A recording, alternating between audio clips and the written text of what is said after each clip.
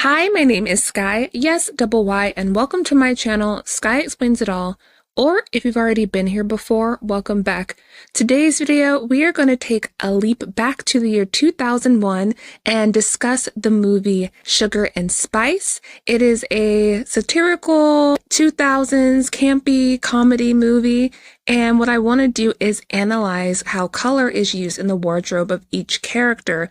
They're very much so color-coded based on their personality. The moment they walk on screen, you know exactly who they are. And this is why I feel like costume design is so important. It's not just random. The colors reveal things about their personalities, their dynamics within their friend group, and even their hidden motivations. So let's break down what the costume colors in Sugar and Spice are really expressing about each of their characters. First up, we have Diane, played by Mary Shelton. Diane is essentially the definition of an all-American picture-perfect cheerleader. She's blonde, she's skinny, she fits the very stereotypical beauty standard. Like, she looks like she came out of a toothpaste commercial or something from the early 2000s. And her signature color is pink.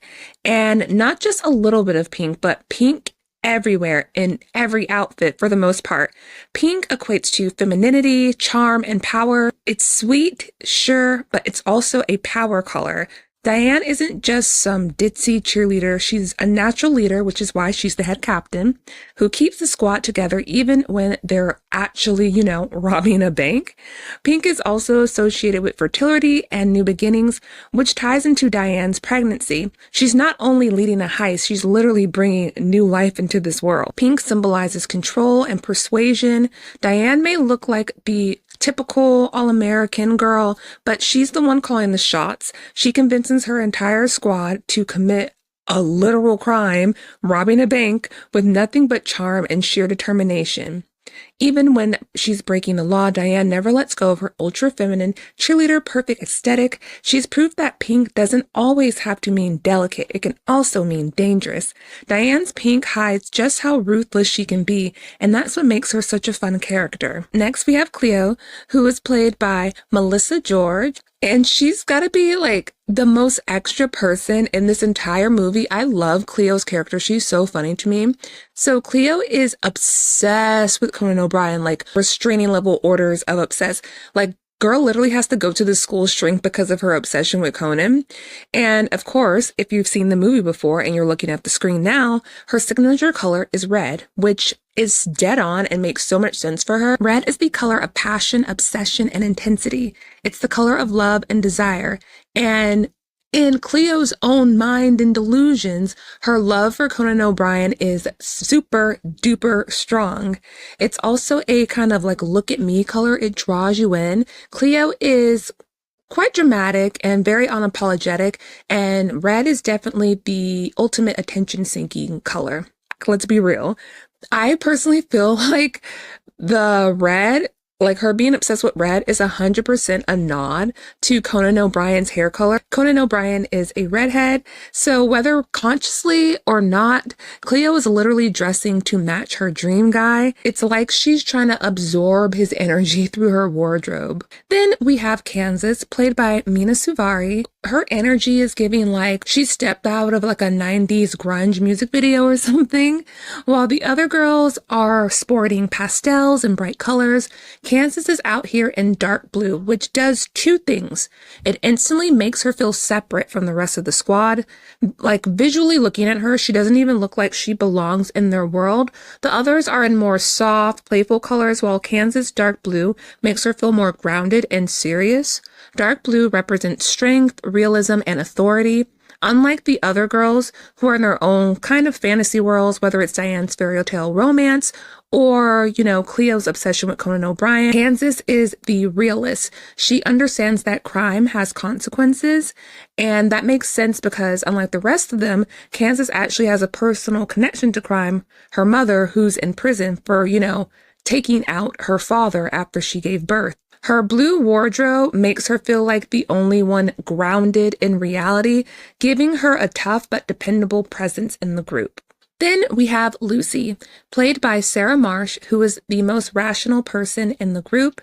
Her wardrobe is mostly white, which fits because white equates to logic, intelligence, and ambition. Lucy is all about planning and thinking ahead. Her wardrobe reflects a sort of no-nonsense attitude. It also represents her goal of getting into Harvard. White is associated with prestige, high standards, and academic excellence, which is quite literally what Lucy is working towards. Then we have Hannah, who is played by Alexandra Holden, who is the sweet but naive, extremely religious one in the group. Her color palette is soft purples, and it tells us this. Purple equates to spirituality and innocence, is often associated with royalty, mysticism, and deep faith. All things that fit Hannah's super religious worldview. She has total faith in her friends as well, just like her religion. Hannah follows the squad with blind devotion, never really questioning their actions. She's kind of in her own little world, and her wardrobe makes that visually clear. Now let's talk about Lisa, who's played by 𝒖𝒂𝒂𝒓. She is the outsider of the group. She's not actually in the main group. She's in the B squad, and her signature color is green. And there's different layers as to why that works for her character. So green equates to ambition and drive. Lisa is an incredibly competitive person. She's always pushing herself, and that matches with green being the color of success and power.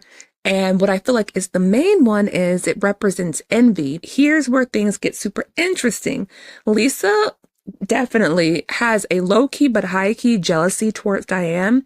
Like, if you watch the movie and you look at their outfits, she mirrors Diane's style a lot. Like, they have the same silhouettes, even wearing matching hair bows, and her hair is parted on the same side too. It's giving single white female. It's a little creepy, but you know, that's all I'm saying. She wants to be seen as just as charming and feminine as Diane, but at the same time, she's clearly competing with Diane. So it's like a weird dynamic she's got going. Like, she doesn't like her, but she also wants to be her. So I'm going to briefly touch on Fern in here. I don't have a full breakdown on her because she's not really a part of the main squad. Like, she gets introduced a little bit later.